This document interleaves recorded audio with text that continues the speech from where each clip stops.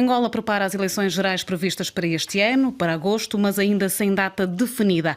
O processo de recenseamento eleitoral está em curso no país, com partidos da oposição a alertar para irregularidades. Isaías Samacuva, presidente da UNITA, o maior partido da oposição em Angola, encontra-se em Paris para reuniões com a diáspora, políticos e empresários franceses. E esta tarde está aqui comigo nos estúdios da RFI. Boa tarde. Antes de mais, obrigada por ter aceito o nosso convite.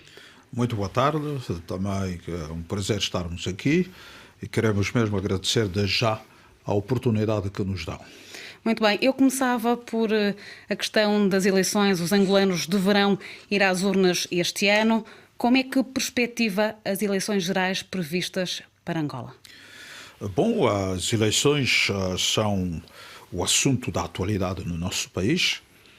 E nós todos queremos que as eleições, desta vez pelo menos, sejam eleições credíveis.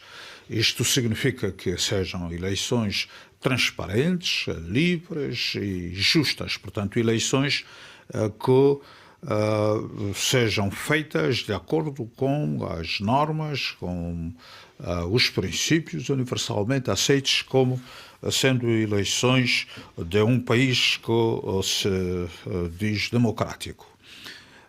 E é neste sentido que nós temos feito tudo para que o processo decorra da melhor forma, de uma forma transparente, desde o seu início. E o senhor está disposto a aceitar os resultados eleitorais, sejam eles quais forem? Os resultados de eleições livres e credíveis, nós estamos prontos a aceitá-los. Nós Mesmo temos que isso respeitar... signifique uma derrota da UNITA, por exemplo? Isso, se as eleições que se destinam a consultar os cidadãos, portanto o povo de um país, nos diz que o povo pronunciou-se a favor de um outro partido e nós sabemos que este pronunciamento é real, portanto tudo corresponde àquilo que de facto é a vontade do povo expressa nas urnas, não temos outro meio senão aceitar. Assim faremos, se for o caso, mas nós estamos convencidos que estas eleições, as eleições de 2017, se representarem na realidade a vontade do povo, a UNITA vai vencer. E se perder, eu gostaria de saber se continua na liderança da UNITA ou se essa questão ainda nem sequer foi posta em cima da mesa. Não, esta é uma questão que tem sido colocada e eu também já coloquei várias vezes. Se eu diria melhor, perca ou ganha, eu vou deixar a liderança da UNITA. Porquê? Depois das eleições. Porquê essa decisão? Não, é uma decisão que corresponde à minha vontade. Eu creio que depois dos anos que eu estive à frente da UNITA, terei cumprido com a minha missão e também será a oportunidade de deixar outras personalidades, outros colegas a dirigir a UNITA. Portanto, assumirem a liderança do partido. Exatamente, eu acho que a UNITA é um partido grande, a UNITA tem várias pessoas, várias entidades que podem exercer a função de seu presidente e, como disse, depois do tempo que já estive à frente da UNITA, é a altura agora às gerações novas que surgem, com vontades e energias renovadas. Então, penso que será a altura. Se ganhar, eu, naturalmente, vou para a presidência da República. Se não ganhar, serei um militante, na mesma, um cidadão que vai continuar a trabalhar para o bem do país, para o bem do seu povo. Por falar em sucessão, o presidente angolano José Eduardo dos Santos anunciou há não muito tempo que se retiraria da vida política em 2018. Pergunto-lhe, acredita nesta retirada efetiva de José Eduardo dos Santos do poder? Bom, é difícil dizer. Nós temos de acreditar naquilo que os outros dizem. É verdade que o Sr. Presidente da República já o disse algumas vezes. Esta não é a primeira vez que ele exprime a vontade de se retirar. Portanto, eu creio que aqui a questão não é de acreditar ou não. O que para nós interessa é que ela saia ou não, as eleições vêm ali e os partidos políticos na oposição, o povo angolano, irá se pronunciar em relação ao seu desejo, em relação àquilo que gostaria de ver a acontecer Mas depois. esta incerteza na continuidade ou não de José Eduardo dos Santos beneficia de alguma forma a UNITA? Não, para nós este é um problema do MPLA. Não é um problema vosso Não e que é não o pode, problema- não não é o pode problema significar da- mais votos nas eleições? Não, não é um problema da UNITA, é um problema do MPLA. O MPLA é que sabe internamente se quer continuar com o presidente José Eduardo dos Santos, se não, para nós achamos que é tempo do seu presidente José Eduardo dos Santos ir descansar. Mas se o MPLA não pensa assim, se ele não pensa assim, o povo angolano certamente terá a oportunidade de exprimir o seu desejo também. Mas se houver eleições livres e transparentes. O MPLA até o momento ainda não anunciou o nome do seu cabeça de lista a estas eleições gerais. Fala-se em João Lourenço, vice-presidente do partido. Na sua opinião, ele é um adversário mais fácil que José Eduardo dos Santos? Não. Para nós não muda nada. Para nós, o adversário é o MPLA, até porque a legislação do nosso país não fala de indivíduos. Quem se candidata são os partidos. Mas os O partidos têm MPLA cabeça de lista e, portanto, automaticamente esse cabeça de lista será ele, do partido que ganhe, será o Depende. Presidente da República. Eu acho que isso, exatamente, os cabeças de lista serão presidentes da República. Mas, mais uma vez, eu volto a dizer que isso dependerá da vontade dos cidadãos angolanos. Portanto, nós queremos é que as eleições sejam livres. Isto é que é importante para nós. Que as eleições sejam transparentes e que o povo angolano tenha realmente a oportunidade de se pronunciar livremente. Agora, se isto acontece com o MPLA, com João Lourenço, ou com o MPLA, com José Eduardo dos Santos, para nós isso não significa nada, não muda nada. Neste momento decorre um processo de recenseamento eleitoral. Como é que avalia este processo? Bom, nós temos estado a denunciar uma série de irregularidades que estamos a procurar que sejam corrigidas. Até aqui, tudo o que temos estado a ver é que as entidades ou a entidade governamental que se ocupa do processo de registro eleitoral não tem tido em conta as preocupações, as denúncias que têm sido feitas. Normalmente dão-nos uma resposta que na gíria diria para despachar, não é verdade? Mas nós vamos tolerar isso até o ponto que acharmos aceitável, porque depois teremos de tomar posições mais drásticas, porque não pactuaremos com aqueles que queiram preparar um processo eleitoral que venha a ser truncado mais uma vez. Nós queremos que os angolanos, que é um povo digno, um povo que merece outra vida, vão para as eleições. Estamos a fazer tudo para sensibilizar e mobilizar a opinião pública nacional pela necessidade ou para a necessidade de irmos às eleições. Queremos eleições este ano, mas estamos a dizer que tem de ser eleições livres, eleições credíveis, eleições transparentes.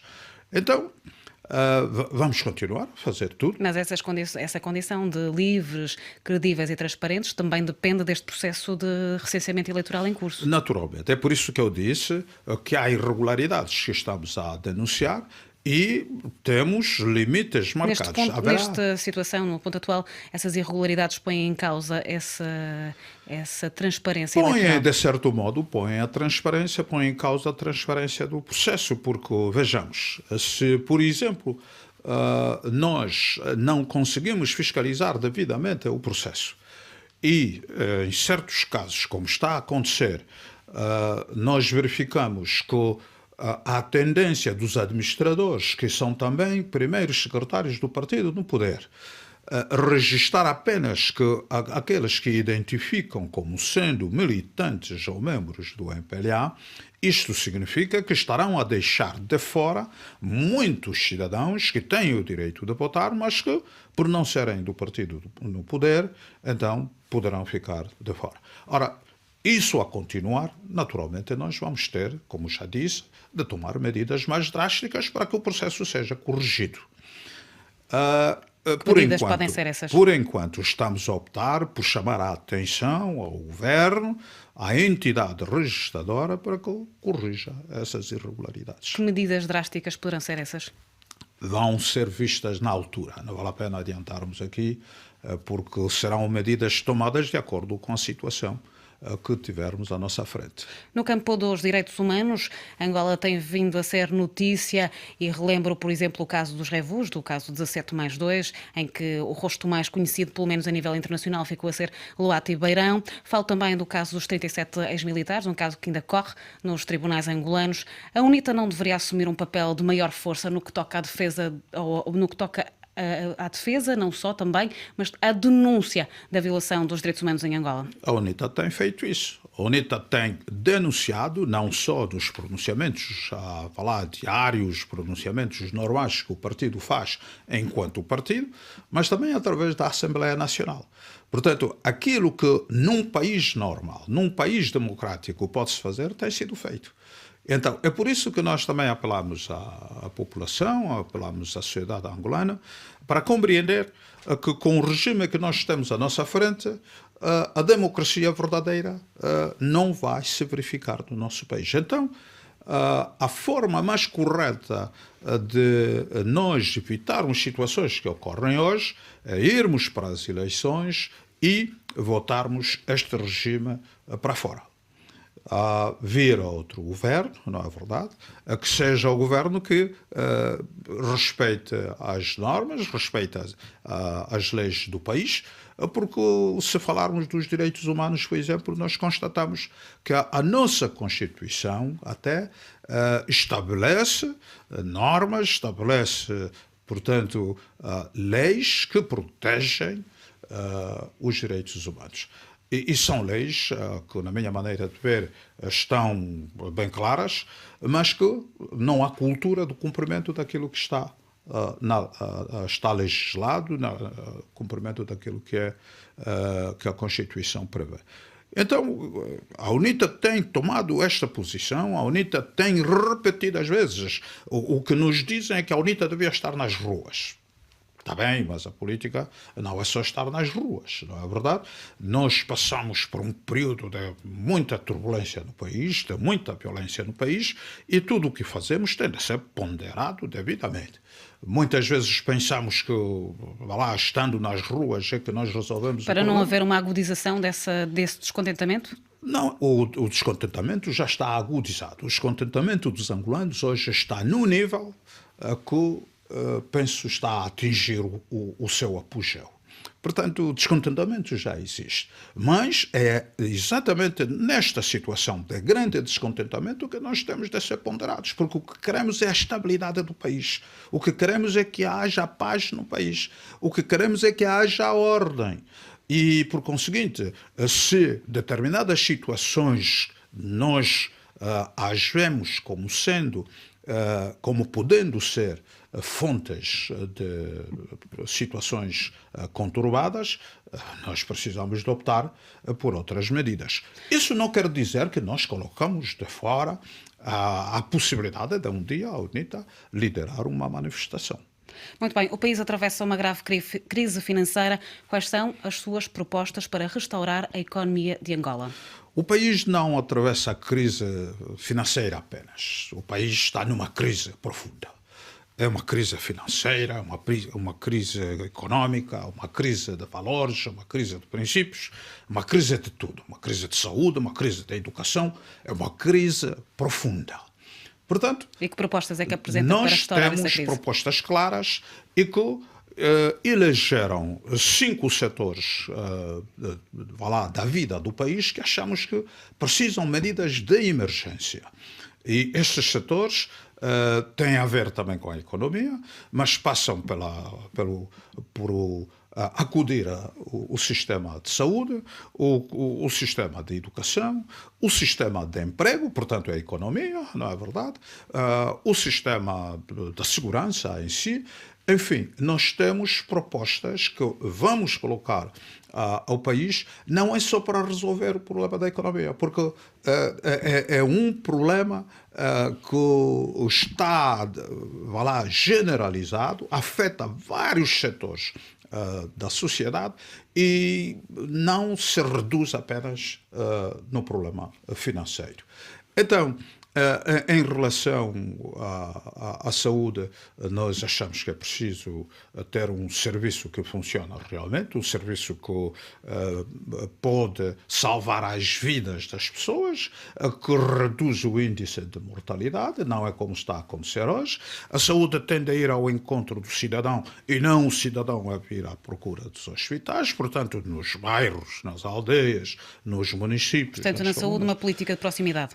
Exatamente. Portanto, aqui há, de facto, uma situação que requer uma intervenção de emergência em setores que nós consideramos vitais e que influenciam depois outros setores. Veio a Paris para reuniões com a diáspora, políticos e empresários franceses. O que é que leva na bagagem? Primeiro, nós estamos a procurar, em relação à diáspora, dizer que a diáspora, ou transmitir a ideia de que a diáspora para nós exerce um papel muito importante para o nosso país.